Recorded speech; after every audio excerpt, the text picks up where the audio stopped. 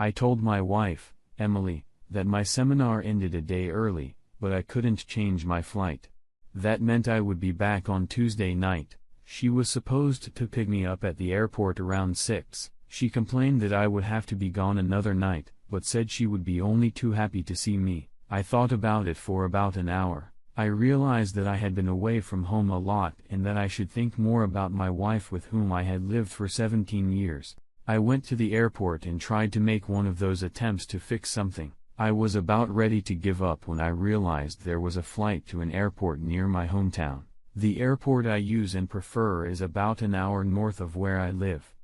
The other airport was almost 2 hours south, and I had never used it. I checked and found that there was a flight leaving for that airport in half an hour, so I went to the counter to see if I could buy a ticket. I was amazed at how easy it turned out to be. An hour later, I was in the air, and 3 hours later, I was on the ground. I could rent a car and be home at midnight. Emily had to find a way to express her joy at my early return. I mentally made a list of assumptions and smiled to myself. I decided not to call her and make my appearance a complete surprise. It was just under midnight when I pulled into my driveway. The house was dark and Emily's car was gone. I thought that was odd as I carried my bag into the house and unpacked. Where could she be at this hour? I decided not to be surprised. I called her cell phone. She picked up on the third ring. "Hello?" she mumbled. She sounded sleepy. "Hi, Em. It's me. I thought I'd call and see how you were doing." I lied. "I'm fine, but it's well past midnight, Ron, and I was asleep." She replied, "I'll be at the airport tomorrow at 6 to pick you up." "Don't worry." I had to admit I was puzzled, and was more than a little curious to know that she'd been asleep, but not at home. "Where are you?" I tried calling our home phone, but I only got through to the answering machine. I told her. "Where do you think I am, silly? I'm in bed. Our phone doesn't work. I have a repairman coming tomorrow to find out what the problem is. Several people have told me the same thing." She yawned. "Just call my cell phone if you want to get in touch with me." My head was spinning. Was she in bed upstairs? I was unpacking my suitcase there and didn't see her. It seemed unlikely. She was blatantly lying to me. But why? "Well, I won't be on the 6 o'clock flight, so you don't have to follow me," I warned. "Looks like we'll have to stay a few more days. I'll call you when I know exactly what time and day I'll be back." "Oh, honey, I'm going to miss you so much. Come home as soon as you can." She purred. "I can't wait to see you. I'll be in touch, darling. I'm sorry for waking you up. Sleep tight and dream of me." I finished. "I will," she promised. Did I hear her giggle as she hung up the phone? I dialed my home phone number and it rang normally. Thought about answering the phone and having a brilliant conversation.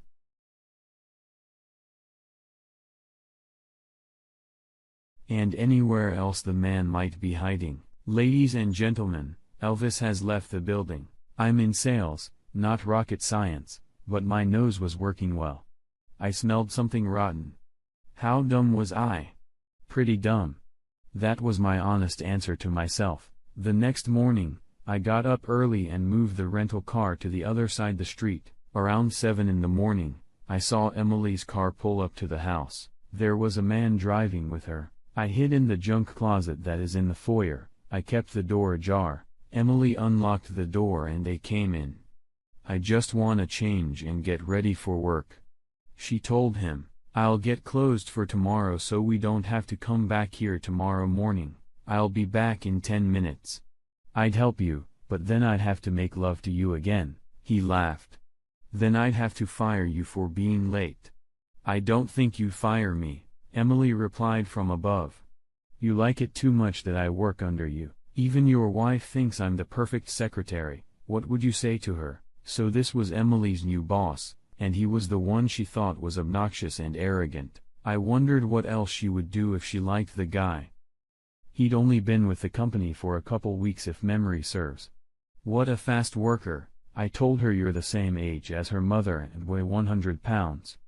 Her boss laughed. "When she sees you, I'll have to fire you anyway." Then he added, I told her I'll be looking for a house this week. Now it looks like I won't be away from the hotel for a couple days. Emily came back into the room and laughed.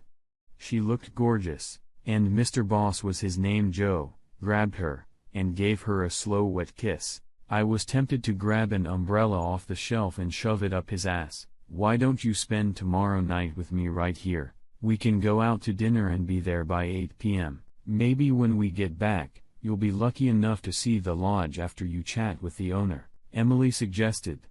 If you're up for it, I can take you through all the rooms. Would you like that kind of tour? What if hubby comes home early? Asked the boss. Jeff, you're so nervous. She grinned. That was his name, Jeff. Ron will call so I can pick him up at the airport. He'll give me a day's notice, so if he doesn't call today, he won't be home tomorrow. That's good enough. Jeff told her, I don't want some jealous husband trying to kill me. Ron's a SEAL. Emily replied, he'd probably offer you a beer and apologize for bringing me into your arms. He sounds like a wuss to me. Jeff suggested, my wife would rip my balls off. I'd have Ron's balls if he cheated on me. Fear keeps you men in line. Then, Emily added, most of the time, you don't seem to be too afraid of your wife. Believe me, I'd be in deep shit, Jeff replied. I'd be lucky to save my life. Luckily, she's in Houston, so I feel pretty safe. That was all I heard as they walked out the door. My face was red, and my blood pressure must have been off the charts. Not only was she unfaithful, my wife despised me. I sat down and pondered the situation. Slowly, a plan began to emerge. I remember that Emily had told me that her new boss was being transferred from the company headquarters in Houston. I needed to find out what his name was, so I made a few phone calls. A few silly questions to the female receptionist at Emily's work quickly brought me all the information I needed. His name was Jeffrey Ross, and he had a wife and 2 teenage children. She would stay in Texas until the kids finished their school year, and then they would join Jeffrey Boy here in Springfield. He would look for the house every night after work. I looked up the last name Ross in Houston on the internet switchboard and found 3 Jeff Rosses in Houston. With the first call, I hit the bullseye. Mrs. Ross, Mrs. Jeffrey Ross, I asked. Yes, I'm Mrs. Jeffrey Ross. May I help you? She answered. Does your husband work for the Halifax company? I asked. Yes. He does. She replied. This is Don Watson from Halifax. I lied. We're planning a small party for your husband, Jeff, and you. We'll provide you with round-trip tickets to Springfield and back. It'll be a complete surprise for Jeff. Will you be able to make it? I couldn't help but think about what an asshole I was, but all's fair in love and war. I've been to war. I can ask my sister to watch the kids. She replied, that sounds really nice. When is this affair scheduled? I almost answered her question directly, but held my tongue. Tomorrow night, you'll need to catch American Airlines Flight 1435. Just charge your card, and the company will reimburse Jeff with a check. I told her, we'll have someone pick you up at the airport. The flight will arrive at 5 p.m., and the party will be at 8, so there should be plenty of time. Just remember to keep this a secret. Okay? She promised not to say anything to anyone, and I ended the conversation. I then started calling Emily's friends and family to invite them to Emily's surprise party. I told them that she had gotten a promotion from her boss, and I thought it was cause for celebration. Everyone seemed satisfied with this explanation and the need to keep it from Emily. I asked them to be at our house by 7 to be sure Emily would be there. I didn't want to be a bad host, so I called a local restaurant and ordered food and drinks. I explained that everything was to be set up on the veranda next to the living room by our pool. Emily has always wanted to throw a nice party on that veranda. I thought this should please her. I left them directions and told them that the house might be empty when they arrived, but they could bring everything to the outdoor veranda by going around the house. The next day, I arrived at the airport half an hour early. As passengers were entering the baggage area, I asked a couple of women without a date if they were Mrs. Ross. As I asked one of the women, I heard a voice addressing me. Hello. I'm Mrs. Ross, She stated, "Are you here to pick me up?" I was almost speechless when I saw her. She had the looks of a movie star. I had to try twice before I could answer. My wife was an attractive woman, but this woman was the gold standard. "My name is Ron, and I'm here to pick you up. My wife works for your husband," I explained. "Did he ever mention Emily?" Yes, he did, but I thought her husband would be a little older," she replied. Damn, that asshole actually told his wife that Emily was old and fat. I had to think fast. She seemed a little suspicious. I'm often told I married an older and bigger woman. I tell everyone that she just has more experience and she is more to love. I offered my version. She seemed to think about it for a moment then smiled. I dodged that bullet. We packed her bags and headed to the parking lot. It was 6:30 when we got to my house. I was explaining to Mrs. Ross that it was an outdoor party in honor of her husband and also in honor of my wife's birthday when the guests started to arrive. The caterer was finishing setting everything up, and I was impressed. It looked like a first-class party. I didn't realize it could be done so easily. By 7:30, everyone I invited was in place. I asked them to park behind the church a half block away, so our driveway would be clear. I explained to everyone that I would hide in the living room, and when the guests of honor pulled up to the house, I would turn off the patio lights. This would be a signal for them to be very quiet. We have sliding glass doors leading to the veranda and vertical blinds that could be opened by simply pulling a cord about 10 centimeters. There was also a cord to pull the blinds apart. There were also heavier curtains that we pulled over the doors in cold weather. They were big enough for me to hide behind to reach the cords of the vertical blinds and the light switch on the veranda. A few minutes before 8, I saw Emily's car pull up in front of the house. I turned off the lights on the deck and hid behind the curtains. Everything became very quiet. The door opened, and Emily and Jeff laughed. It was nice to know they were having a good time. "I can't wait for us to have sex," laughed Jeff.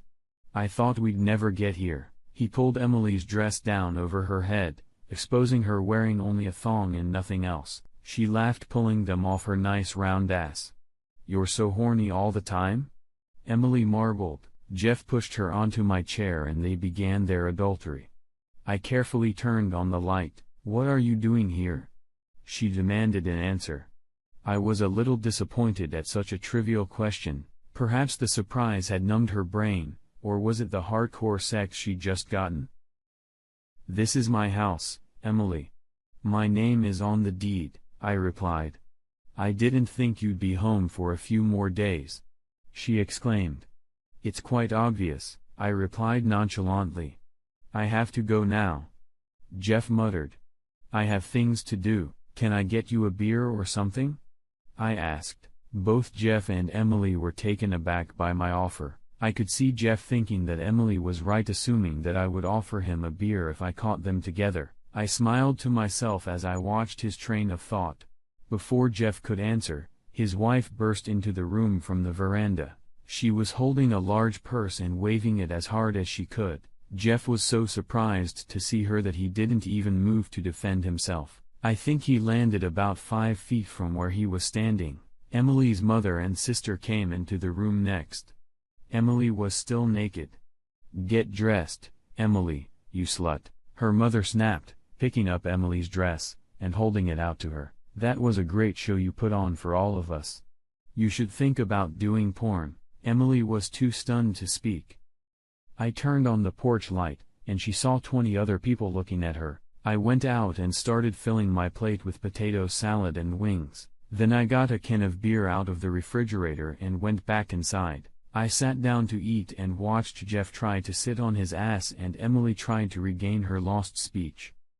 I had to admit that the whole thing was frustrating as hell. As I chewed my wing, it occurred to me that I wasn't the one who created this mess. Emily and Jeff had put themselves and those who loved them in this difficult position. In the end, it was better for everyone to know the truth. It was good to find out what the shit was and move on. Eventually, things settled down. Emily's cousin drove Mrs. Ross to the motel. Another cousin helped Jeff to the car and gave him a ride to the motel. Emily's mother asked her if she wanted to go with her, but Emily refused. "I know you must be upset," her mom told me, "and Emily really deserves a beating, but I think she's suffering enough as it is." Then they left. Emily hid in the bathroom and I heard the shower running. I've never enjoyed a beer and wings so much sitting alone and going over the events of the evening in my mind. Once or twice in my life, the planets align perfectly, and the plan actually works. After eating all my salad and wings I could eat, I started cleaning up.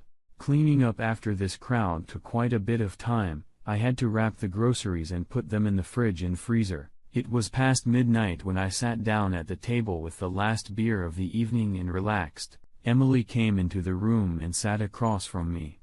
"I hope you're happy. You did everything you could to ruin my life tonight," she complained. "Even my own family thinks I'm some worthless whore or harlot."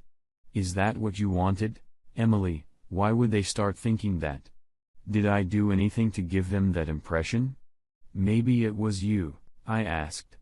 "The only reason I can think of to form that opinion is when you get caught with your boss. Would any sane person think that's what sluts or slutty women do? If you thought we had a problem, you could have come to me instead of inviting the whole damn neighborhood over," she hissed. "Do we have a problem?" I grinned. "Are you telling me that if we had a problem, you would have discussed it with me before you slept with some asshole? I never meant to hurt you, Ron. I never thought you'd even know about it," Emily reasoned. "You're hurting me on purpose, so inviting people over to my house for a little surprise party for my loving wife is worse than sleeping with someone outside of marriage?" I asked. "I don't think many people would agree with that." Then she said what I had been waiting to hear for so long. "If you had been around more, this would never have happened." Emily reasoned. "You didn't pay enough attention to me and I fell for Jeff's ploy. I was so alone and vulnerable." I laughed heartily. She was such a stupid bitch. She was actually trying to blame me and make me apologize for leading her into the arms of another man. I felt a deep satisfaction as I closed the bedroom door behind me and locked it. My shackles had been removed. I was emotionally free. And soon to be legally free. I looked forward to my new life.